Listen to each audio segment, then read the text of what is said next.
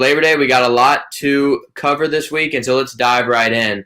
Walker Little, Stanford's star senior left tackle, decided to opt out of the season to prepare for the 2021 NFL Draft, where he's a potential first-round pick. We'll talk about his draft potential in this show and in future shows. But first of all, Daniel, what does Little's departure mean for Stanford's season, whether that be in the late fall or next spring?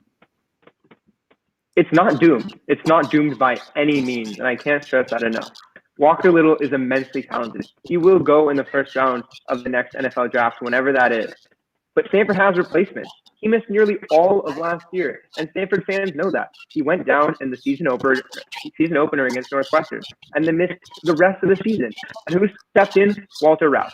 Walter Rouse played excellent for the rest of the season, especially for a freshman. He was raw. No one expected him to be there. Everyone thought that he'd have a year behind Little to mature. But no, this guy who's 6'6" and very smart. He went to Tasha Obama. This is a very smart guy. That's who you want playing left tackle. He came just the second left tackle since 2000 to start true freshman for Stanford. The guy in front of him who did that was Walker Little. Walker Little went down. He stepped in. I'm not worried about it going forward. This guy's talented. And you know what? He's coming in and he's going to compete with Miles Hinton. So now Stanford has depth, something they haven't had at the offensive line for quite some time, for at least 2 years, where they've been really decimated along the line. And now there's depth. There's going to be a lot of competition. And I'm looking forward to what we're going to see out of this year from the offensive line. I don't disagree with you that it's not doomed, but I don't think I agree with the example that last season is an example of why it's not doomed, because Walker Little went down at the start of last season, and Stanford went 4-8. And I'm not saying Walker Little alone improved that record, but the offensive line was absolutely hammered throughout the season with depth. Those true freshmen came in and played very well, but it's not like offensive line was a strength for Stanford at all. And a lot of that had to do with the star being out for so long. And Walker Little is a guy who, you know, regardless of his injury history, was an NFL talent. And Stanford doesn't have enough NFL talent on the roster. So I definitely think it's a major blow. You're going from playing a consensus 5-star guy like Walker Little to, albeit a very underrated 3-star, but still a 3-star in Walter Rouse, who had a fantastic true freshman season. But it's just another example of where Stanford is falling off a little bit talent-wise. I mean, the top 2 NFL players in this year's Stanford team are obviously Walker Little and Paulson Adebo. Walker Little's out. Paulson Adebo, we'll see what he decides to do. But you take that away, and there's not a whole lot of surefire NFL talent on this roster. And, that just doesn't bode well when you're playing in a power conference, although I'm not even sure we can still consider the Pac-12 a power conference. Whoa. We're really throwing things out here. I don't know about that at all. Pac-12, still very much Power 5. But beyond that, I do want to give one caveat, which is that if Walker Little's departure does start a wave, then we're in for some worry if we see Paulson and Adebo go. But I don't think that's going to happen either. Adebo has so much to prove. Draft evaluators were so high on him after 2018, and then he had his 2019. Completely regressed. No one really saw it coming, but once it happened, people were like really taking steps back, because now he's not a surefire first-round guy. I think he may be the second day, maybe even third day, especially if he has another season like 2019. So I think Paulson Adebo has to come back. That's one thing. And then you can't blame last year's struggles on the offensive line. There was so much else going on way beyond that. And it's really ludicrous to say it happened because Walker Little went down in the first game. So many things had to go wrong after that. You can't put that on him or on anyone else, really. Last year's struggles were the entire program wide, and trying to put it all on Walker Little and saying that they're going to go 4-8 again because he's out. Come on. Daniel, don't put words in my mouth. I'm not saying that they went 4-8 because of Walker Little, and I'm not saying they're going to go 4-6 this year because he's going to be out again. But I am just saying that this is a major blow, that you are finally looking at a team with offensive line depth after a couple seasons where the offensive line situation has been so tenuous.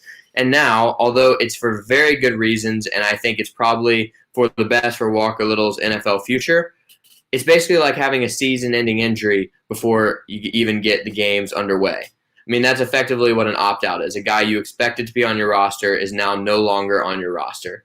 and especially a player who might have been the linchpin of your offense when you're really looking at it. You're looking at a very unproven, although very talented quarterback.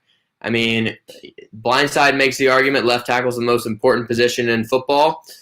Walker Little is playing that position, and I just wonder what it's going to be with a guy with a lot of experience for a true sophomore in Walter Rouse, but he's now going to be joined by a bunch of young guys once again and not a lot of proven talent. But we've talked a lot about what this will mean for Stanford. Let's talk about what it means for Walker Little. Where do you see him going in this upcoming 2021 draft? Oh, he's absolutely a first rounder, especially at left tackle. I think we've everyone, draft evaluators, what we've seen from his time, especially in 2018, 2017, absolutely a first round talent. It's going to be a deep class, it looks like, at left tackle, but I think he's still a first round guy. And I do want to go back to a few things because Stanford is a team that has prepared guys for the NFL, right? Sports Pac-12, our new friends, 35 guys from Stanford on NFL rosters. They just tweeted that out today. This is a program that has put so many people in the Pac-12. That's second just behind Washington in the Pac-12. So Stanford knows what it's doing. It's a program that has a lot going on. Come on. And then, what was the other thing? Just, King, come on. Come on now. Come on what? I'm just saying that a guy you say is a consensus first round but they talent, never expected to have him back.